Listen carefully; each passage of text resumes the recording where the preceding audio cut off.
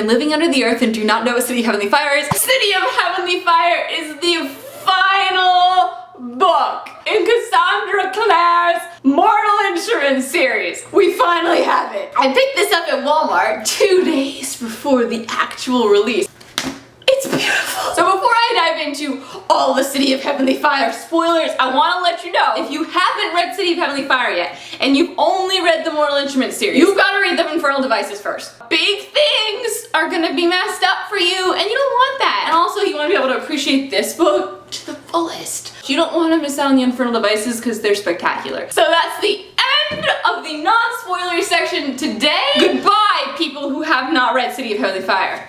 Goodbye. Goodbye. Let's start at the very beginning. It's a very good place to start. The prologue was 1,000,000 pages long. So we open up on the prologue. That's all I got to read the first day that I got the book. And we're introduced to Emma Carstairs, who I already love. I'm so excited for her to be older and be so damn sorry that her and Jules are parabati. So this first chapter, we are introduced to Emma, we're introduced to Jules, and then we're introduced to about 50 other Blackthorn children at the same time. And I'm here, I'm like taking notes. Okay, blue eyes, verdigris eyes, try to memorize all the names and their eye colors, and there's so many of them, it's so hard. We've got Helen, who's part fairy, we've got Mark, who's part fairy, then Jules, then Livy and Tiberius, then Drew, then Tivy? I got him? There's already this whole mystery forming about what happened to Emma's parents. And the first time I really cried reading City of Heavenly Fire was the scene where Emma found out that her parents died. The image of her screaming and Helen crying because she didn't know how to deal with it, and it was just so sad. We finally get to our crew, and Jace is meditating with Jordan. Think about something calming, like the beach. I am not calmed by the beach. Okay, well, what do you like? I like weapons. Weapons. So what you're saying is what brings you peace is war. So good. Jace kisses Claire and he's like, so careful, like I can't burn her. And after he pulls away, everyone's just standing on the rock. Good job there, buddy. You did it. You didn't set her on fire. We're good. Let's talk about Jace and the Heavenly Fire, right? Right off the bat, we kind of had the feeling like the Heavenly Fire is the key to defeating Sebastian. It's gotta be, right? In the first chapter, he's like, you could have killed me if you had Gloria still, but you don't. Ha ha. Ha! Except that we do, it's just inside of Jace. And it brings me back to City of Lost Souls when I was like, why did Claire just stab Sebastian? And I know Sebastian was well guarded and all that jazz, but had she stabbed Sebastian, would it not have severed the bond? The good would have won out in Jace because he is more good than bad, and then Sebastian would have died, and we would have been done. Good job, Clary. So Jace is our weapon now, right? He's got the fire sword through his veins. He's trying to control it, mellow it down. Conceal, don't feel. He's basically Elsa from Frozen. We're going conceal, don't feel. We're going that route. You know what happens when we go that route? You explode into a huge pillar of heavenly fire in the middle of a demon realm, and you don't know what to do about it. But I guess we can argue if he did learn to use the fire as a weapon earlier, then he wouldn't have exploded into that pillar of fire, and Claire wouldn't have been able to, you know, think up the fire-bending ruin and capture it.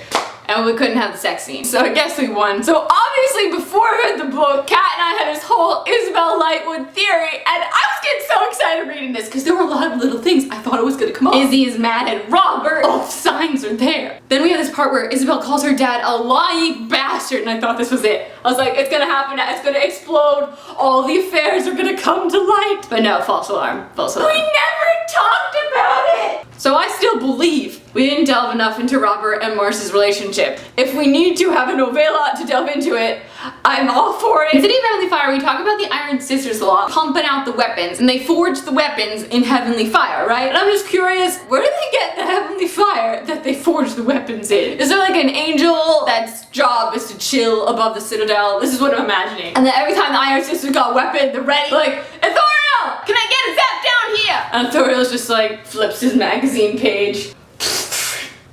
And that's how his days go. We never found out whose wings it was that Sebastian ripped off. My money's still on Ithoriel. A lot of times in this book, Simon looks hungry. Simon's veins are popping out because he's starving. And I'm just like, have you not learned anything from the Maureen incident? On a daily basis, go find a squirrel like Edward does, and chow down. Speaking of Maureen, we never found out if Camille is dead or alive. No, we assume that she's dead because of what Maureen says, but I assume that she's not dead. Maybe she'll re-arise in the Dark Artifices. In the beginning, Claire's like, Simon, you really got a DTR. And Simon's like, what's DTR? And I'm sitting here like, what the F is DTR? Why didn't I know that? I feel really left out of the acronym world just when I read that. Simon surprisingly did not almost die that many times. And then Darkened almost murdered him, but he escaped. But then he got kidnapped by Maureen.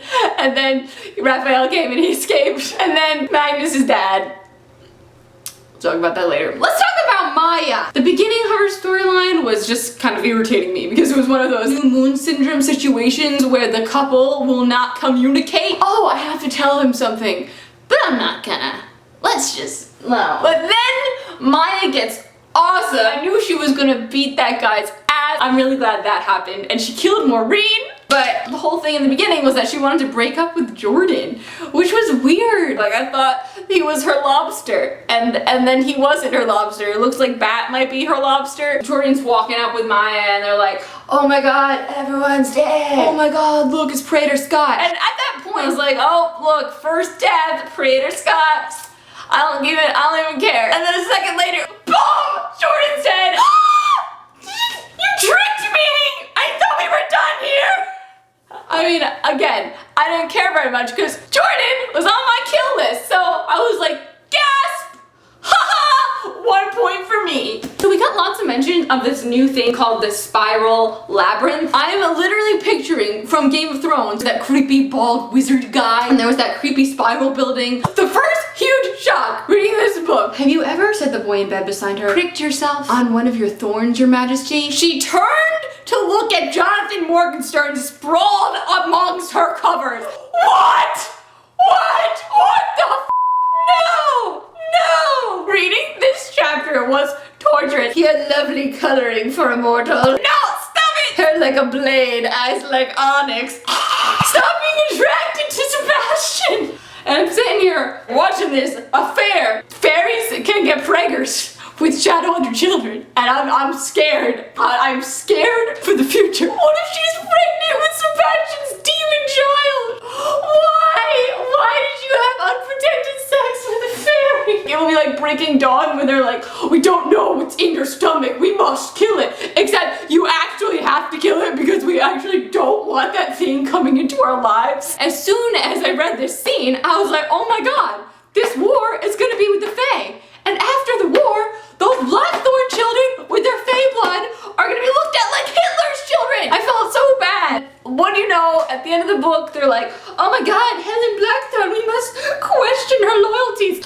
Let's talk about the swords, right? The Morgenstern swords. How Harry Potter was this? Long ago, the Morgensterns commissioned 2 blades, a matched set. And right then, we knew Claire was gonna be the one to kill Sebastian. Back in New York, where they left Simon, like 5 seconds into this babysitting adventure, Simon is kidnapped and taken away. I love when Simon first wakes up in the Dumont. Wow, look at that nice striped pattern on the walls. Oh wait, no, those are bars.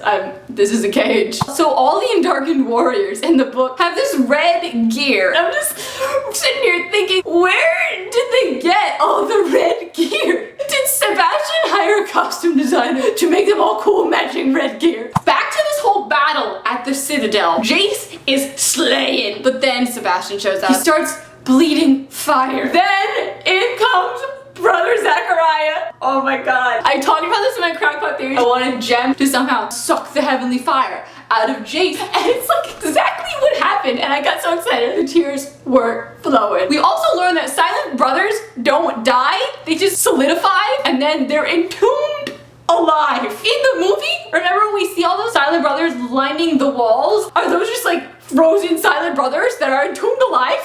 What the F? I love the scene where Simon went to get blood from Raphael. Raphael gives him this drugged blood. He's just hollering at Isabel's window. And Alec opens his window and he goes, what's going on? His gaze landed on Clary and the others, his eyebrows drawing together in confusion. What is this, early caroling? Yeah, Alec, Clary, and Simon are early lost in Idris. When you were born, you were mine, my sister, though you did not know me. There are bonds that nothing can erase, and that is why I am giving you a second chance. Don't you mean a second chance? Take the hint, buddy. There's been a lot of chances. Sebastian never takes the hint, and that's why, in the end, we kicked your ass. He was like, kiss me, and she was like, oh, stab! Oh, you fool, nothing can kill me. Wait, But then, who was expecting Jonathan to rise from Sebastian's ashes? I was reading from my book because my iPad had run out of battery. I dropped the book and I was like, I need a notebook. I need to take notes. I can't deal with this. Because for a second, I thought like they were gonna live on as that happy little family in the dream world. Magnus and Alec's relationship in this was really fun to watch. As much as I don't like Alec because he's super annoying sometimes, he was good. He was a lot better in this book. He got me back. I was back on his side. I love the part after Alec feeds Simon and walk back to where the crew is, and Alec's like, just so you know, it wasn't sexy. And Simon's like, well, it was a little sexy. It wasn't. I had some feelings.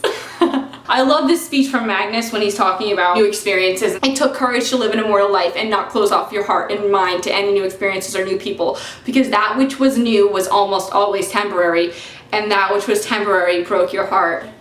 It really hit me. I love Magnus. That whole ordeal with the fairy food when they went to the fairy dinner, I was like, why would you ever trust a fairy feeding you dinner? Back to when Sebastian had Claire pasted against the wall, right? I can see you, little sister. I can see everything that happens in Alicante. In the day, in the night, in the darkness, and in the light. I can see you. Chase is like, stop it, that is not true. Really? How did I know Clary would be here alone tonight? And Chase goes, how didn't you know that I would be here too? You know, hard to watch two people at once, so many irons in the fire.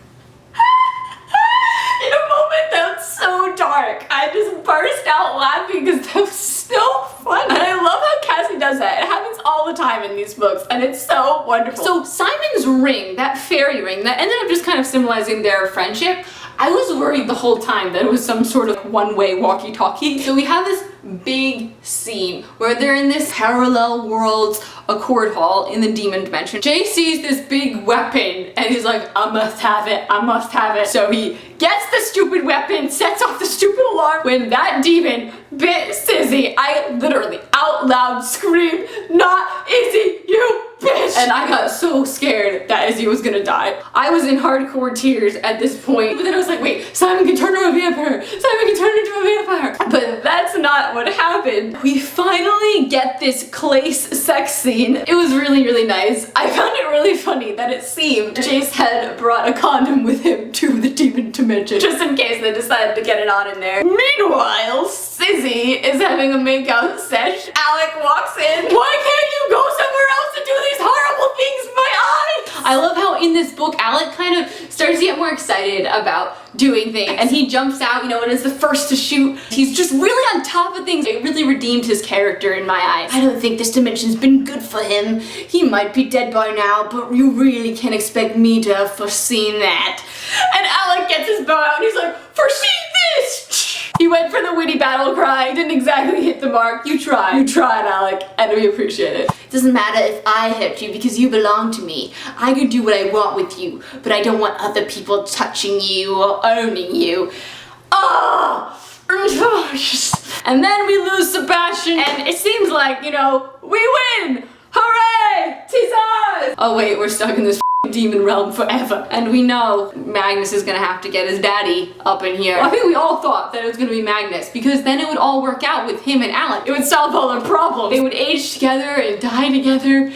But no, I didn't see it coming. I didn't see it coming at all. Simon is just like, I volunteer as tribute. I'm like, Simon! But then, you know, you're thinking, and you're like, oh wait, Simon's only 16, so if they took away his immortality, then he'd still be fine. But then Isabel's like, no, Simon, you're dead! You will be a corpse! Magnus' daddy goes, well, I can turn his heart back on, no problem. And we're like, oh, okay, let's do this then. But wait. I want his memories. And I break down. I thought we were maybe gonna change it, you know? They're like, wait, but his whole family and all his friends know that he's a vampire. I'm like, yeah, you can't do it. Then like, they do it anyway. Natasha!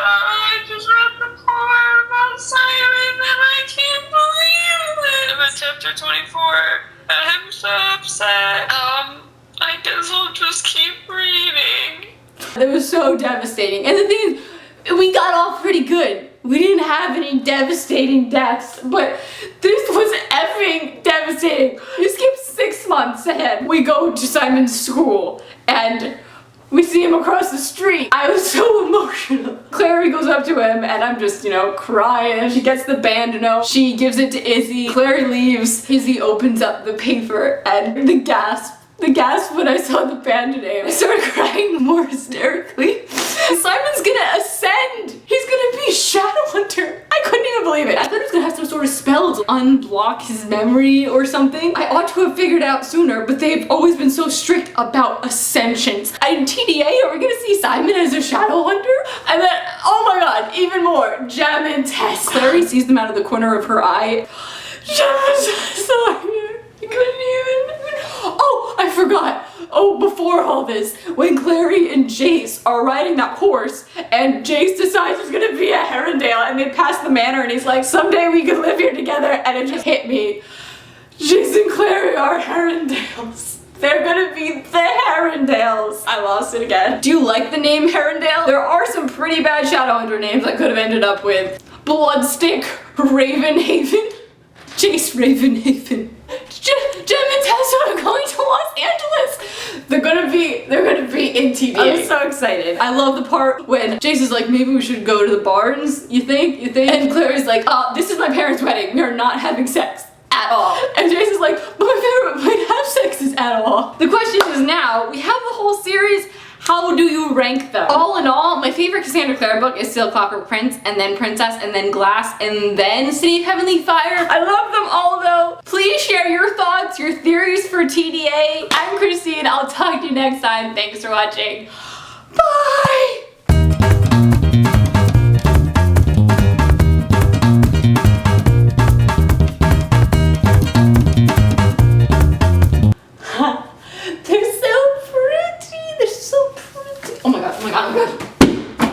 On page 53, bringing back the Isabel Lightwood theory, right? There's this line. Jocelyn's eyes met Marce's, and Clary wondered if this was how it had been when they'd both been in the circle, the sharp edges of their personalities rubbing up against each other, causing sparks. And I got so excited when I read that because I'm like, maybe it's because they both liked Valentine! And I voiced this out loud to the booktubers I'm in a room with. You guys, Jocelyn and Marce are rubbing up against each other. The theory! Everyone's just looking at me like, what? And then I realized, and I just had this image of Jocelyn and Marce back to back, like rubbing up and down. So funny. But the good news is that it really isn't over, because we've got the Dark Artifices series starting next year. We've got the Last Hour series starting after that. The story lives on.